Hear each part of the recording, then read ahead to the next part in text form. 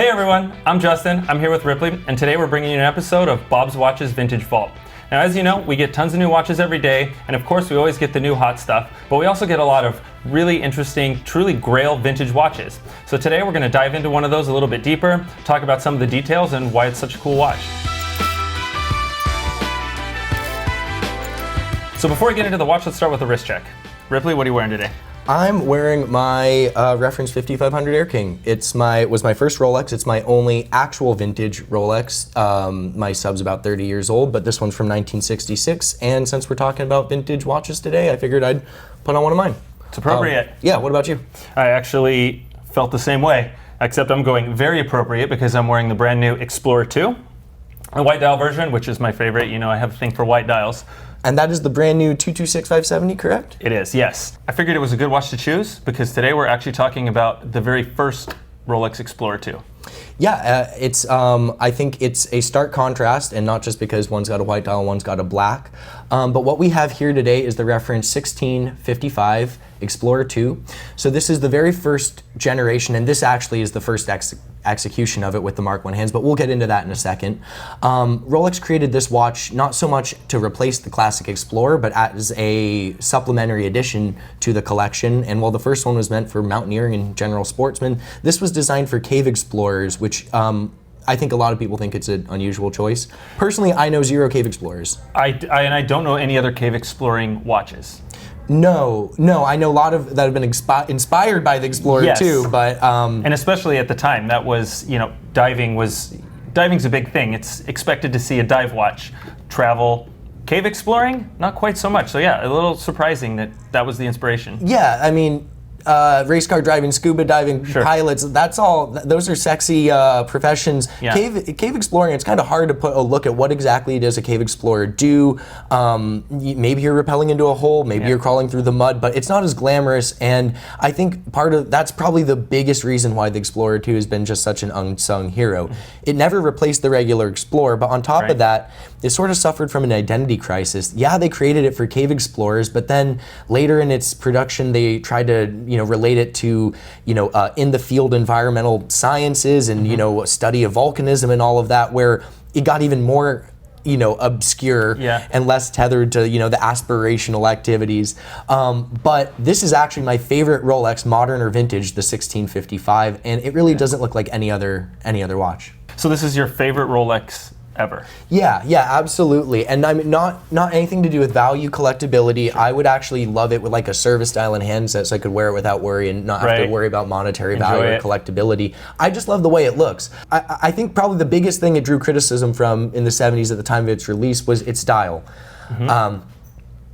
Just looking at the dial, it doesn't look like any other Rolex dial, and that's because it was meant to be read in a 24-hour format. Remember, it was designed for cave explorers working in total darkness for extended periods. It was going to glow day after day because of the lume, but in place of regular 5-hour markers every 5 minutes, you have these ones every 2.5 minutes, and it's really meant to be used in conjunction with the 24-hour hand to be a 24-hour display of the time of day, with a 12-hour display being secondary. Gotcha. So if you look at it here, there's I'm gonna just go ahead and move the minute hand to the first marker after 12.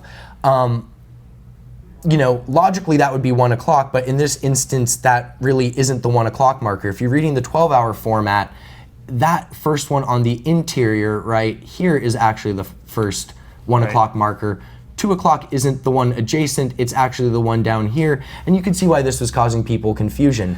When you look at it, there's essentially two sets of hour markers, right? You see the traditional every hour all the way around, and that's kind of on the inner portion of the the minute track, but then on the outside we have that 24-hour one. So like you said, it's meant to be used together, but yeah, it can cause some confusion if you don't exactly know or it hasn't been explained.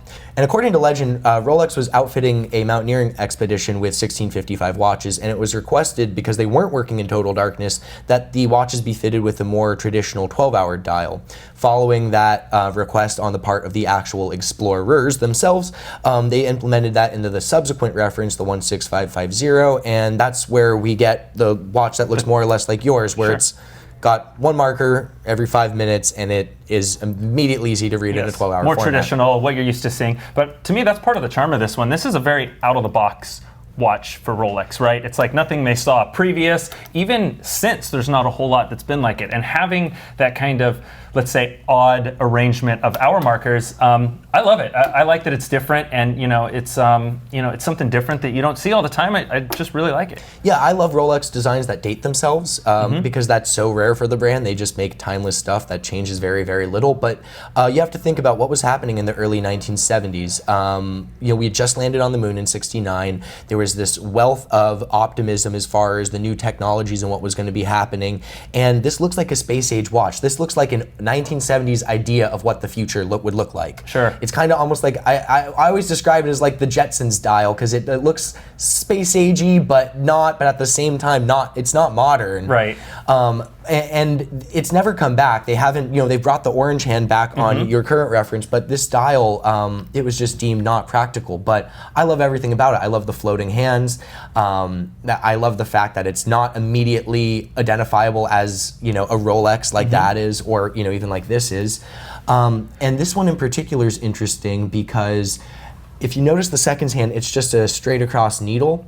So they made the Explorer 2 from about 1971 until around 1984, 1985. And during that time, you've got 5 different production dials, you've got 4 different bezels and 2 different seconds hands. This is a Mark I dial, so it's the earliest execution.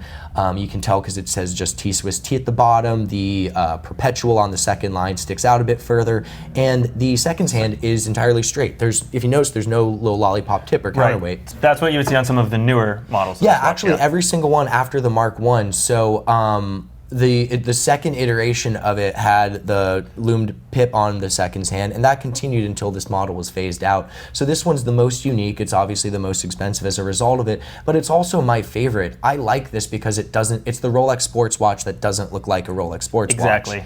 And I think having a non-luminous seconds hand, which, who cares about the seconds when you're in total darkness underground? I think it makes perfect sense. But at 39 millimeters in diameter, I think it wears fantastic. It's the only Explorer 2 with an acrylic crystal, the only one without independently adjustable hands. So really, this 24-hour hand is an AM/PM indicator, nothing more. That's it. And yeah, that's why it's my favorite watch. Yeah, I know people that, kind of take problem with the fact that you can't adjust the hour hand independently. It kind of loses its GMT functionality on there, which you can make a case for that. But like you said, I like that it's unique. Like this one has a lot of onlys, right? And it gets the only one with the acrylic crystal. It's the very first one. I mean, there's a lot that's special about this watch. Yeah, and because of that, I'm surprised it's not a cheap watch. These routinely sell for $25,000, $35,000, but relative to the other first executions of Rolex sports watches, compared to a Daytona or a Submariner, and the first Submariner, the first GMT, the first Daytona, all of that is going to cost you exponentially more than a 1655. In my opinion, this is the more interesting watch just on paper, and I mean, obviously values are rising every day, but I still think it's underrated when you look at vintage Rolex, especially when you consider how unique it is. The Explorer 2 has always taken a back seat to the other Rolex sport models, right? You have the Daytona and you have the Submariner, even the Sea Dweller. These are all iconic watches with huge followings, and for some reason, the Explorer 2 has kind of just always gets overlooked a little bit. Maybe it's because there's so many other amazing watches and awesome pieces that they just kind of steal the limelight. But like you said, I think it's underrated, and I think it's kind of a shame because it's such a unique watch, and there's so much to love about it that I think it's a steal. Yeah, and I really don't mind the fact that the hands are independently adjustable. Like obviously your watch, from just you've got a layover, it's really easy to jump it forward. This is a 2.9 million serial. There's no quick set date on it. So as far as being a travel watch, unscrew the crown, pull it out to the first notch, go forward an hour or whatever you needed to do, and screw it back in. It's not like a fiddly or cumbersome process. Right. So, you can't do 2 time zones at once, but within the last couple of years here, because of COVID, I've barely traveled at all. Sure, so. And I don't think that this watch is, it's not meant to be the most convenient when you're traveling time zones and all that. And I'm okay with that. I don't have to be doing some serious cave exploring to be moving time zones while underground. Exactly. That's part of the charm of it for me. And there's plenty of other watches like the modern iteration, that is very convenient and really easy to do that. So this one, it's got the vintage feel, and I like the romanticism of having it it, kind of how it was back then in 1972. So yeah, that doesn't bother me one bit. Yeah, why don't you put yours right next to this one here, and Sure. let's go ahead and just see what's different, what's new, what's the same. I think an interesting thing here is, with the 216570 and the 226570, they brought back the orange hand. That is my favorite part. I mean, that orange hand is iconic. I could show you that hand, and you know exactly that is the watch that it came from, right? Yeah, and I'm also really happy that they kept the steel bezel. Now, clearly the font, the layout, the dial, these are not the same watches, but is the design DNA still there? Yeah, Absolutely. I'd say so.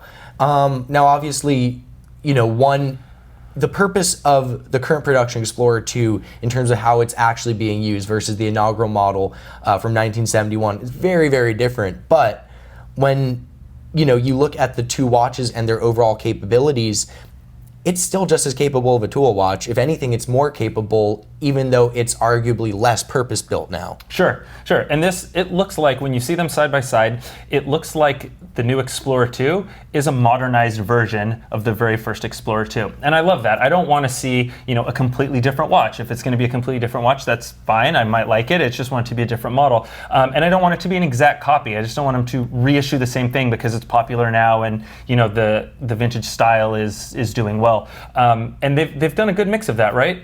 Like you said, it's easy to jump the time zone if you need to jump the time zone.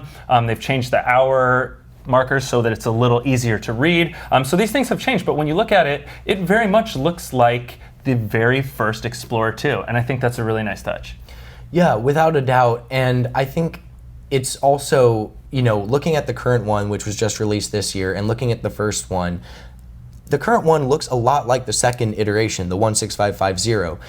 From the mid-'80s until now, once they hit their stride and settled in, they've been more or less consistent with it. Right. It's obviously grown from 40 to 42. We've had the GMT hand evolve, new movements, all of that. But the stark contrast between this watch and this watch is so much more significant than this watch and this watch's direct successor. Yeah.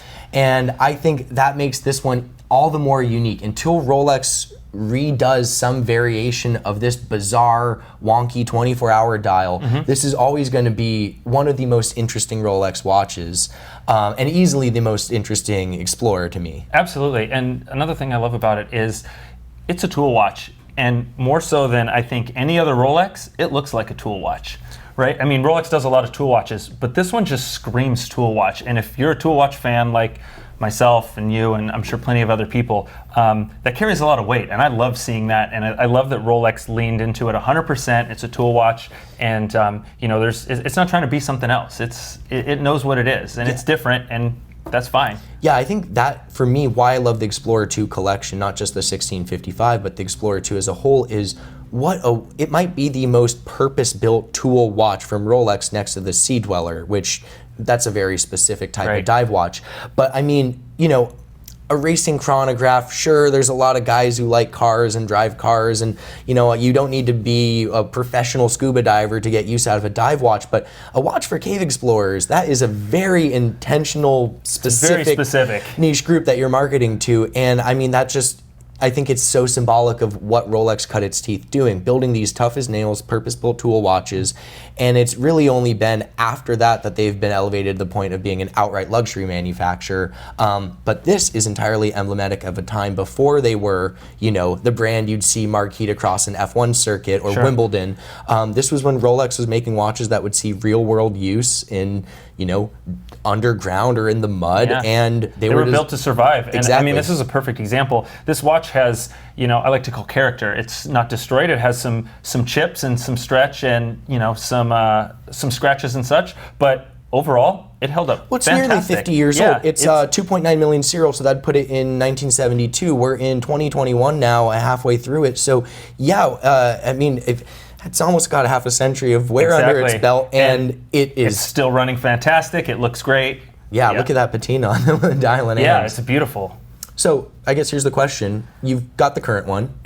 That one's my favorite one. I know exactly which one. If unlimited budget, you got to keep it. I'm obviously going to keep the vintage, but as someone who I know loves a good white dial, and is currently wearing the new one. Yeah. Which one would you actually keep? I'm going to agree with you on that. I like the very first one. There's just so much to love about it. From the collectability standpoint, one, I love the way it looks, but the collectability standpoint, it's just such a cool vintage watch, and I like something different. Like there's tons of 5512s and 1675s, and there's a million amazing vintage pieces, and this one is somehow just a little bit different than all of them. I guess if I had that one, you can borrow it any time, and maybe we'll swap for it's a good trade. It's a good pair to trade off. Right, you have the modern, you have the vintage.